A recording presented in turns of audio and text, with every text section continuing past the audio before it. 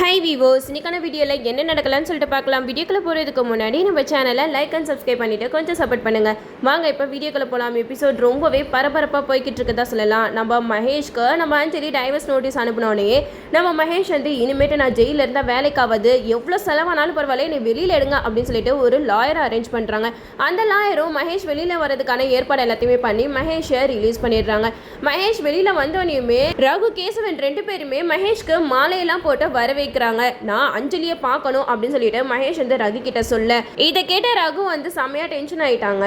என்னடா நீ ஜெயில இருந்து வெளியில வந்தோடனே நாங்களாம் உன்னை மாலை போட்டு வரவேற்கிறோம், நாங்களாம் உன் கண்ணுக்கு பெருசா தெரியல, அந்த அஞ்சலி வேண்டான்ட்டு சொல்லிட்டு போயிட்டா, அவ தான் உன் கண்ணுக்கு பெருசா தெரியறாளா அப்படின்னு சொல்லிட்டு ரகு வந்து மனசுக்குள்ளே செம்ம கோவத்துல இருக்காங்க. அப்போ நம்ம மகேஷ் வந்து சொல்றாங்க, நான் அஞ்சலியை பார்க்க போறேன் அப்படின்னு சொல்லிட்டு அஞ்சலி வீட்டுக்கு போயிடுறாங்க. அங்க போயிட்டு சேர்ல உட்காந்து அஞ்சலி அப்படின்னு சொல்லிட்டு கூப்பிடுறாங்க. அப்போ அஞ்சலி வந்து மகேஷை பார்த்ததுமே பயங்கரமாக டென்ஷன் ஆகிடுறாங்க.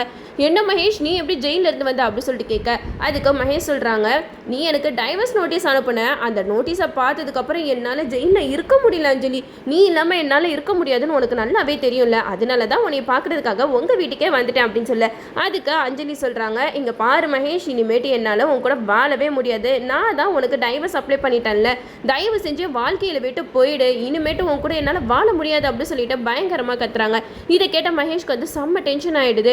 என்ன அஞ்சலி, சும்மா இதே சொல்லிக்கிட்டே இருக்கேன், நான் அப்படி என்ன தப்பு பண்ணேன், உன் மேலே நான் வச்ச பாசத்தினால தான் இந்த மாதிரி ஆகிட்டேன் அப்படின்னு சொல்ல, அதுக்கு அஞ்சலி சொல்கிறாங்க, என்ன என் மேலே நீ பாசமாக வச்சுருக்க, நீ ஒரு சைக்கோ, நீ சைக்கோத்தனமாக எவ்வளோ காரியம் பண்ணியிருக்க, எங்கள் அப்பாவை கொலை பண்ண பார்த்துருக்க, என் பாட்டியை பிடிச்சி தள்ளி விட்டு இப்போ அவங்க கோமா ஸ்டேஜில் இருக்காங்க, எல்லா காரியத்தையும் பண்ணிவிட்டு இப்போ என்னன்னா என் மேலே பாசம் வச்சுருக்க அது வச்சுருக்கேன்னு சொல்லிட்டு நாடகம் ஆடிட்டு இருக்கியா அப்படின்னு சொல்லிட்டு நம்ம அஞ்சலி வந்து பயங்கரமாக பேசுகிறாங்க.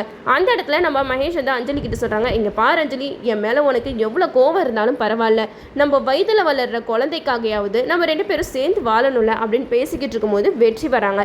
வெற்றி வந்து மகேஷை நேருக்கு நேராக பார்க்குறாங்க. இங்கே பாருங்கள், உங்க கூட பேசுறதுக்கு இந்த வீட்டில் யாருக்குமே விருப்பம் இல்லை, அதான் அஞ்சலி டைவர்ஸ்க்கு அப்ளை பண்ணியிருக்கால, கோர்ட்டில் எதுவாக இருந்தாலும் பேசிப்போம் அப்படிங்கிற மாதிரி சொல்லும்போது மகேஷ் வந்து சொல்கிறாங்க வெற்றி கிட்ட, இங்கே பாரு வெற்றி, என்னோட வாழ்க்கையில் தலையிடுறதுக்கு உனக்கு எந்த உரிமையும் இல்லை அப்படின்னு சொல்ல, அதை கேட்ட வெற்றி சொல்கிறாங்க, டேய் உன்னை இங்கே வேணான்ட்டு எல்லாம் தலை முழுகிட்டாங்கடா, எதுக்காகடா இங்கே வந்து சவுண்ட் விட்டுட்டு இருக்க, நீ ஒழுங்கு மரியாதையாக ஓடிடு அப்படின்னு சொல்ல, இதை கேட்ட மகேஷ் வந்து அஞ்சலி கிட்ட சொல்கிறாங்க, இங்கே பாரு அஞ்சலி, கோர்ட்டில் பார்த்துப்போ, கோர்ட்டில் நம்ம ரெண்டு பேருக்கும் டைவர்ஸ் கிடைக்க நான் விட மாட்டேன் அப்படின்னு சொல்லிட்டு போயிடுறாங்க. இதை எல்லாத்தையுமே கேட்டுட்டு லக்ஷ்மி வந்து பயங்கரமாக அழுகுறாங்க.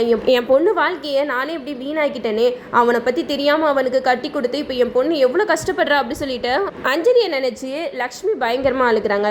அடுத்த நாள் காலையில் எல்லாருமே கோர்ட்டுக்கு கிளம்பிடுறாங்க. அப்போது நம்ம அஞ்சலி கிட்ட வக்கீல் கேட்குறாங்க, மகேஷ் வந்து உங்களை கொடுமைப்படுத்தினதுக்கு ஏதாவது ஆதாரம் இருக்கா, அந்த ஆதாரத்தை வச்சு தான் கோர்ட்டில் நம்மளால் பேச முடியும் அப்படின்னு சொல்ல, அப்போது அஞ்சலி வந்து எல்லாத்தையுமே லேப்டாப்பில் ஏற்றி வச்சுருக்காங்க. துளசி கிட்ட சொல்கிறாங்க, அக்கா நான் எல்லா ஆதாரத்தையுமே லேப்டாப்பில் வச்சுருக்கேன், அதெல்லாம் எடுத்துகிட்டு வந்து கண்டிப்பாக சப்மிட் பண்ணால் நம்மளுக்கு நியாயம் கிடைக்கும் அப்படின்னு சொல்லிட்டு அந்த லேப்டாப்பையும் எடுத்துகிட்டு வராங்க. கோர்ட்டில் இரு தரப்பக்கம் வாதாடிக்கிட்டு இருக்காங்க. அப்போது நம்ம மகேஷ் வந்து அஞ்சலி கிட்ட சொல்கிறாங்க, அஞ்சலி நீ இல்லாமல் என்னால் வாழ முடியாது அப்படின்னு சொல்லிட்டு ரொம்பவே ட்ராமா பண்றாங்க. இதை கேட்டு ஜட்ஜையா சொல்றாங்க, இங்க பாருங்க மகேஷ், உங்க தரப்புல நீங்க என்ன சொல்ல வரீங்க அப்படின்னு சொல்லிட்டு கேட்க, அதுக்கு மகேஷ் சொல்றாங்க, என் குழந்தை வந்து அஞ்சலி வயித்துல வளருது, எங்களுக்குள்ள எவ்வளவு பிரச்சனை இருந்தாலும் பரவாயில்ல, நாங்க ரெண்டு பேரும் அந்த குழந்தைக்காவது சேர்ந்து வாழணும், என்னால அஞ்சலி இல்லாம இருக்க முடியாது, அஞ்சலிக்காக தான் நான் எல்லா தப்பையுமே பண்ணேன் அப்படி இப்படின்னு சொல்லிட்டு ரொம்பவே நாடகம் ஆடுறாரு. இதெல்லாம் கேட்டுட்டு ஜட்ஜையா அஞ்சலி கிட்ட கேட்கறாங்க, உனக்கு ஏமா அவர் கூட வாழ விருப்பம் இல்லை அப்படின்னு சொல்லிட்டு கேட்கும்போது மகேஷ் வந்து அஞ்சலிக்கு பண்ண கொடுமை எல்லாத்தையுமே சொல்லி காட்டுறாங்க. ஐயா, இவன் ஆரம்பத்திலிருந்தே என்னைய ரொம்ப டார்ச்சர் பண்ணா, அது மட்டும் இல்லாமல் என்னைய பார்த்துக்க வந்த பாட்டியை கீழே தள்ளி விட்டா, அவங்கள கோமா ஸ்டேஜுக்கு தள்ளி விட்டா, அது மட்டும் இல்லாமல் எங்கள் அண்ணனோட அம்மாவை இத்தனை வருஷமாக இருட்டறையில் வச்சு பூட்டி வச்சிருந்து கொடுமைப்படுத்தி வச்சிருக்கான். இதெல்லாம் வச்சு பார்க்கும்போது இவன் சைக்கோன்னு நல்லாவே தெரியுது, இப்படிப்பட்ட சைக்கோ கூட என்னால் எப்படி வாழ முடியும், அது மட்டும் இல்லாமல் எங்கள் அப்பாவை கொன்னதே இவன் தான் அப்படிங்கிற மாதிரி சொல்லி நம்ம அஞ்சலி அசத்திட்டாங்க தான் சொல்லலாம். இதெல்லாம் கேட்டுட்டு ஜட்ஜையா சொல்கிறாங்க, இதுக்கெல்லாம் என்ன மகேஷ் சொல்கிறீங்க, அவங்க தரப்பில் பார்த்தா அவங்க வந்து ஒரு சைக்கோ கூட வாழ மாட்டேன்னு கரெக்டாக தான் சொல்கிறாங்க, நாங்கள் எப்படி முடிவெடுக்க முடியும் அப்படிங்கிற மாதிரி கேட்கும்போது மகேஷ் வந்து சொல்கிறாங்க, இல்லை நீங்கள் அப்படியெல்லாம் சொல்லக்கூடாது, அஞ்சலிக்கு நெருக்கமான ஒருத்தங்க வந்து சொன்னால் நீங்கள் ஏற்றுப்பீங்களா, கண்டிப்பாக அவங்க வந்து சொன்னால் நீங்கள் வந்து மனசு மாறுறதுக்கு நிறைய வாய்ப்புகள் இருக்குது அப்படிங்கிற மாதிரி சொல்லும்போது யாருக்குமே புரியல.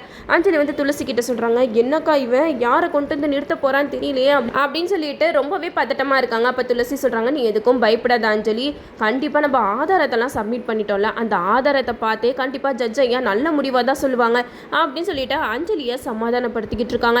அப்போது ஜட்ஜ் ஐயா வந்து மகேஷ் கிட்ட கேட்குறாங்க, நீங்கள் யாரையோ சாட்சியாக வச்சுருக்கேன்னு சொன்னீங்களே, அவங்க யாருன்னு நாங்கள் தெரிஞ்சுக்கலாமா அப்படின்னு சொல்லிட்டு கேட்கும்போது நம்ம மகேஷ் வந்து எதிர்பாராத விதமாக நம்ம சிவராமனை தான் கூட்டிகிட்டு வந்திருக்காங்க. இந்த ட்விஸ்ட்டை யாருமே எதிர்பார்த்துருக்க மாட்டோம். சிவராமனை இவ்வளோ நாளாக ஆளே காட்டலே, அவருக்கு என்னாச்சு, உண்மையிலே சிவராமன் இறந்துட்டாரா அப்படின்னு சொல்லிட்டு பல கேள்விகளோட தான் நம்ம இவ்வளோ நாளாக இந்த சீரியலை பார்த்துட்டு இருந்தோம்.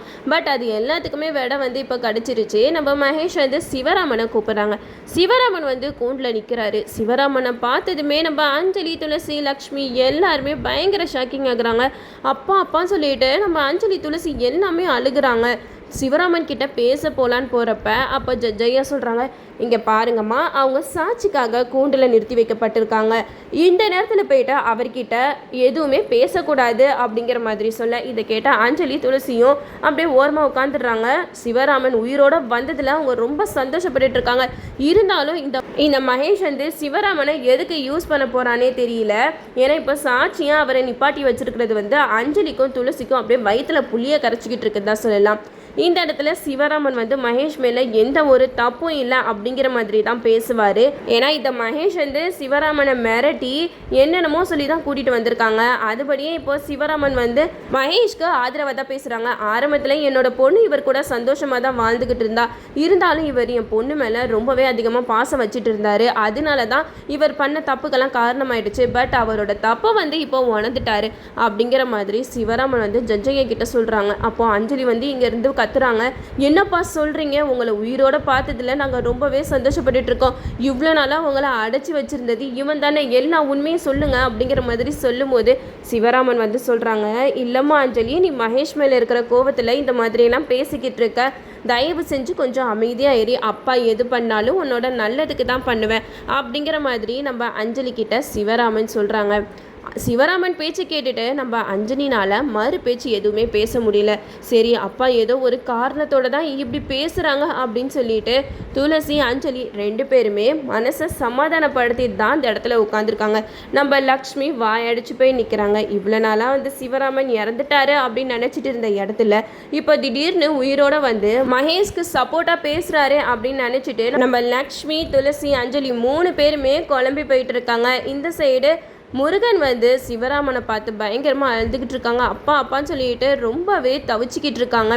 அவங்களோட தவிப்பெல்லாம் பார்த்துட்டு சிவராமனுக்கு என்ன பண்ணுறதுனே தெரியல. ஏன்னா இப்போது மகேஷோட கண்ட்ரோலில் இருக்கிற சிவராமனால் எந்த ஒரு உண்மையுமே ஓப்பனாக பேச முடியல. கண்டிப்பாக நம்ம ஏதாவது உண்மையை சொன்னோன்னா பெரிய பிரச்சனையாயிடும். நம்ம குடும்பத்தையே இந்த மகேஷ் வந்து அழிச்சிருவான். அதனால அவனுக்கு ஏற்ற மாதிரி தான் நம்ம இங்கே பேசணும் அப்படின்னு சொல்லிட்டு தான் இப்போ சிவராமன் வந்து எல்லா விஷயத்தையுமே மாற்றி மாற்றி சொல்லிக்கிட்டு இருக்காரு. ஸோ இப்போ சிவராமன் சொன்னனால ஜட்ஜ் ஐயாவும் அவங்க அப்பாவே இப்படி சொல்கிறாரு அப்படின்னு சொல்லிட்டு அஞ்சலி, மகேஷ் இவங்க 2 பேத்தையும் சேர்த்து வைக்கிறதுக்காக தான் பார்ப்பாங்க. கடைசியில் இப்போது அஞ்சலி வந்து மகேஷ் கூடயே சேர்ந்து வாழ்கிற நிலமை வந்துருச்சு. இப்போ நம்ம அஞ்சலினாலையும் எதுவுமே பண்ண முடியாது. ஏன்னா சிவராமன் திரும்பி வந்ததே பெரிய விஷயமா இருக்கும்.